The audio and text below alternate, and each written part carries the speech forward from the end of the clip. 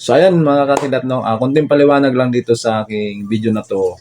Kasi po madaming nagtatanong sa mga kilala ko kung bakit daw wala na akong upload sa aking YouTube channel. So ayan, sayang nga daw mga kakilat yung ititigil ko kasi malaki-laki na din yung subscriber ko na 3.65k.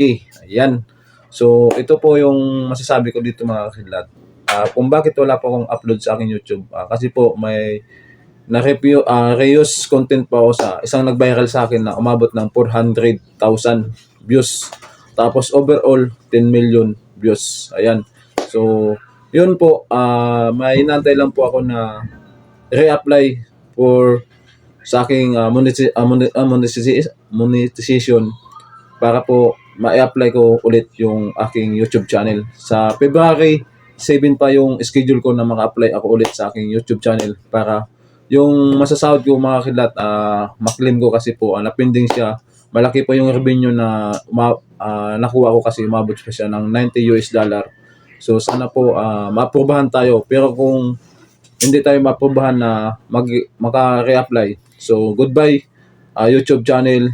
I-delete ko yun. Sayang yung mga video, sayang yung pagiging pursige natin doon. Tapos sayang talaga yung nakuha natin yung na-monetize tayo. So sana po panalangin na lang na maaprobahan ulit ni YouTube, no.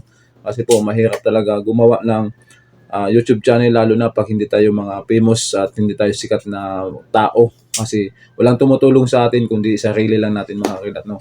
Sana po yan, nagdadasal-dasal din ako na maaprobahan ulit sa February 7 yung i-reapply ko sa aking YouTube channel na sana po ay matanggap ulit ni YouTube.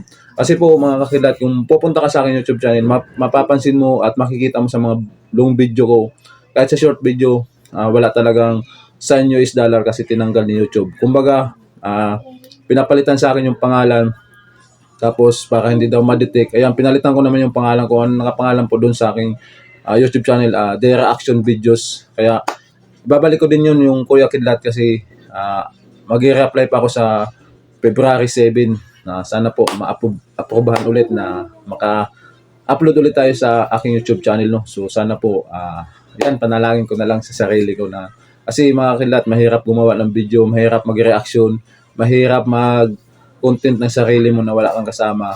At higit sa lahat, mahirap talaga maabot yung monetization sa YouTube channel kasi gumawa ako ng talaga mga kilat, wala talaga akong katulong. 8 months bago ako na-monetize. Kaya sa mga gumagawa dyan ng video yan, pag sikapin nyo at huwag kayong susuko kasi alam ko na kaya nyo yan. Kasi ako nga nakaya ko na wala akong katulong sa sarili ko. Kayo pa kaya na may mga kaya din na ipakita yung sarili. So ayun, maraming salamat sa inyong lahat.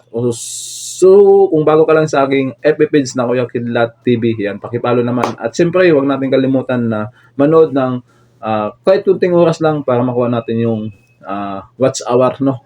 So ayun, maraming salamat muli sa ating mga new followers at sa mga nag-accept ng aking request na i-follow yung FB page ko na Kuya Kidlat TV. Maraming salamat sa inyo lahat. Diyos mabalus.